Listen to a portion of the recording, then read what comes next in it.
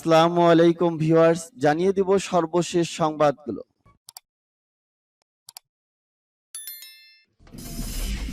সংবাদের শুরুতেই জানিয়ে দিব সংবাদ শিরোনাম।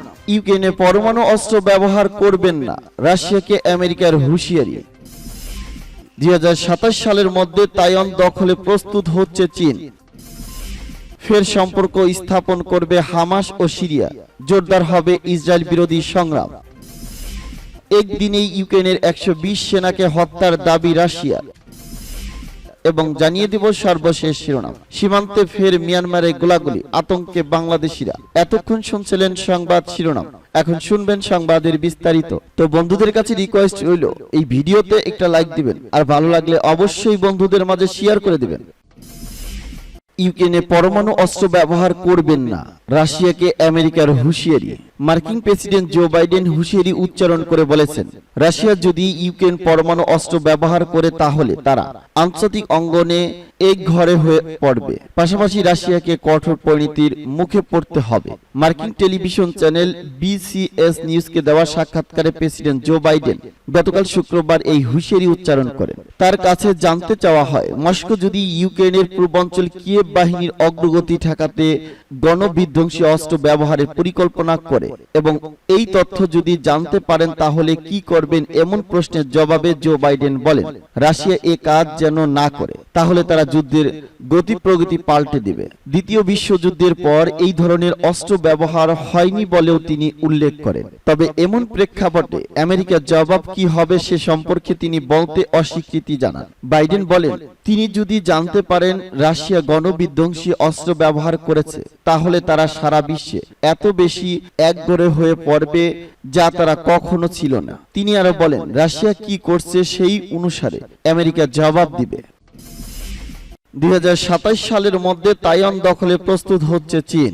2027 সালের মধ্যে তাইওয়ান দখল করতে চায় চীন, এমন দাবি করেছেন মার্কিন গোয়েন্দা সংস্থা সিআইএ এর ডেপুটি ডিরেক্টর ডেভিড কোহেন। তিনি বলেন, চীনের প্রেসিডেন্ট শি জিনপিং তার সেনাবাহিনীকে এমনভাবে প্রস্তুত করছেন যাতে 2027 সালের আগে তাইওয়ান দখলে নেওয়া যায়। সিএনএন এর বরাত দিয়ে এই খবর দিয়েছে আরটি। যদিও কোহেন বিশ্বাস করেন যে চীন এখনো দুই দেশের শান্তিপূর্ণ একত্রীকরণের আশা করে, তবে একান্তই সেটি সম্ভব না হলে শক্তি প্রয়োগের মাধ্যমে তাইওয়ানকে চীনের সঙ্গে যুক্ত করা হবে। সিএনএন এর সাংবাদিক ক্যাটিল বো লেলিস কোহেনের এই বক্তব্য প্রথম প্রকাশ করেন। তাকে কোহেন বলেন, শি জিনপিং এখনো তাইওয়ানের আক্রমণের বিষয়টি নিয়ে চূড়ান্ত সিদ্ধান্ত করেনি, তবে তিনি তার সামরিক বাহিনীকে সেভাবে প্রস্তুত করেছেন।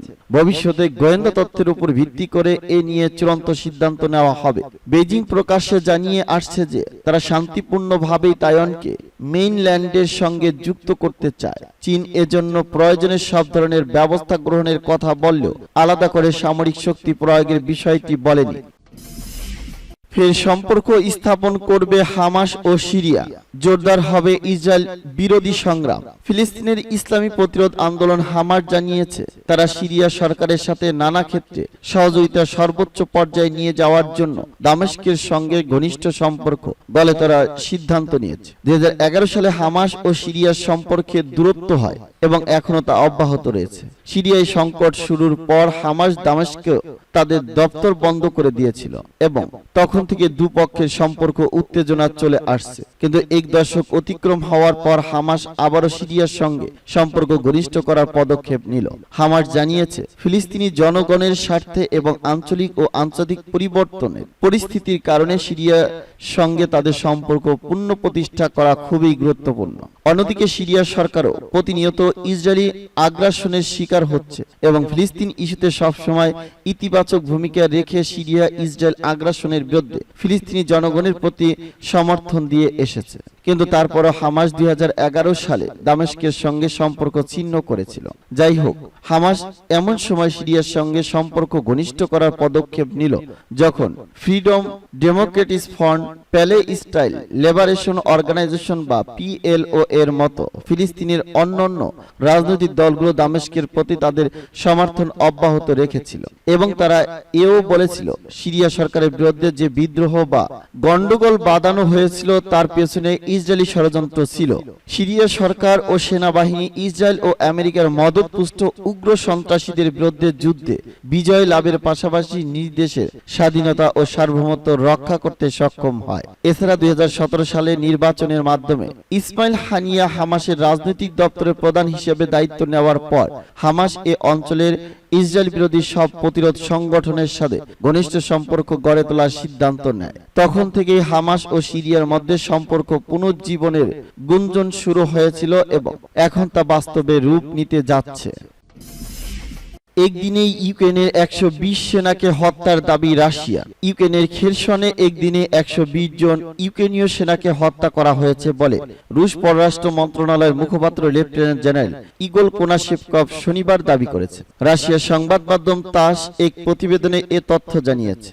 ইগোর কোনাশেভকভ জানান, ইউক্রেনীয় বাহিনীর দুটি ইউনিট খেরসনের প্রাভডাইনের কাছে একটি ব্যর্থ আক্রমণ চালিয়েছিল।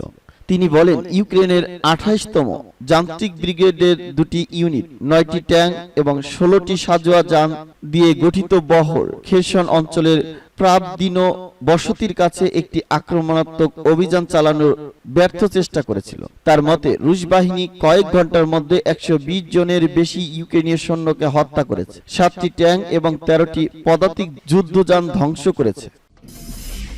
সীমান্তে ফের মিয়ানমারের গোলাগুলি, আতঙ্কে বাংলাদেশিরা। আতঙ্ক কাটছেই না বান্দরবানের ঘুমদুম সীমান্তবাসীর। মিয়ানমার সেনাবাহিনীর গোলায় শূন্য রেখায় থাকা রোহিঙ্গা হতাহতের পর শনিবার সকালে ফের গোলা নিক্ষেপ ও গুলিবর্ষণের ঘটনা ঘটেছে সীমান্তবর্তী এলাকা। ঘুমদুম ও তুমরু সীমান্ত থেকে থেমে থেমে গোলাগুলির শব্দ শোনা যাচ্ছে। হঠাৎ হঠাৎ বিকট শব্দে কেঁপে উঠেছে ঘুমদুম সীমান্ত অঞ্চলের মানুষ। এতে আতঙ্ক ছড়িয়ে পড়েছে গোটা ঘুমদুম সীমান্তে। উদ্বেগ উৎকণ্ঠায় সীমান্ত অঞ্চলে বসবাসকারী বাংলাদেশিরা পার্শ্ববর্তী এলাকায় আত্মীয় স্বজনের বাসা বাড়িতে আশ্রয় নিচ্ছেন। এদিকে শিক্ষার্থীদের নিরাপত্তায় মিয়ানমার সীমান্তবর্তী বান্দরবানে ঘুমদুম উচ্চ বিদ্যালয় এসএসসি পরীক্ষা কেন্দ্রটি সরিয়ে পার্শ্ববর্তী কক্সবাজারের উখিয়া উপজেলায় কুতুপালং উচ্চ বিদ্যালয়ে স্থানান্তর করা হয়েছে। বিষয়টি নিশ্চিত করেছেন বান্দরবানের জেলা প্রশাসক ইয়াসিন পারভিন বিত্রিজি বলেন, শনিবার কুতুপালং বিদ্যালয়ে স্থানান্তরিত পরীক্ষা কেন্দ্রে পরীক্ষা অংশ নিয়েছে ঘুমদুম কেন্দ্রের 499 জন শিক্ষার্থী। এদের মধ্যে ঘুমদুম ইউনিয়নের শিক্ষার্থী ছিল 175 জন। অন্যরা কক্সবাজারের কুতুপালং বালুখালী স্কুলের শিক্ষার্থী। সীমান্ত পরিস্থিতি প্রসঙ্গে তিনি বলেন, সীমান্ত পরিস্থিতি অস্থিতিশীল। শিক্ষার্থীদের মতোই সীমান্ত অঞ্চলে বসবাসকারী নাগরিকদের নিরাপত্তায় কঠোর অবস্থানে রয়েছে প্রশাসন এবং আইন শৃঙ্খলা বাহিনী। সীমান্ত পরিস্থিতি নিয়ে জেলা প্রশাসন জরুরি সভাও করেছে। আইন শৃঙ্খলা বাহিনী ও স্থানীয়রা জানান, নাইক্ষ্যংছড়ি উপজেলায় ঘুমদুম ইউনিয়নের তুমব্রু সীমান্তের কোনাপাড়া নোম্যান্স ল্যান্ড এলাকায় মিয়ানমারের সুরা মটারসেল বিস্ফোরণে শুক্রবার মৃত্যু হয় রোহিঙ্গা যুবক মোহাম্মদ ইকবালের। আহত আরো 5 রোহিঙ্গা চিকিৎসাধীন রয়েছে বিভিন্ন হাসপাতালে।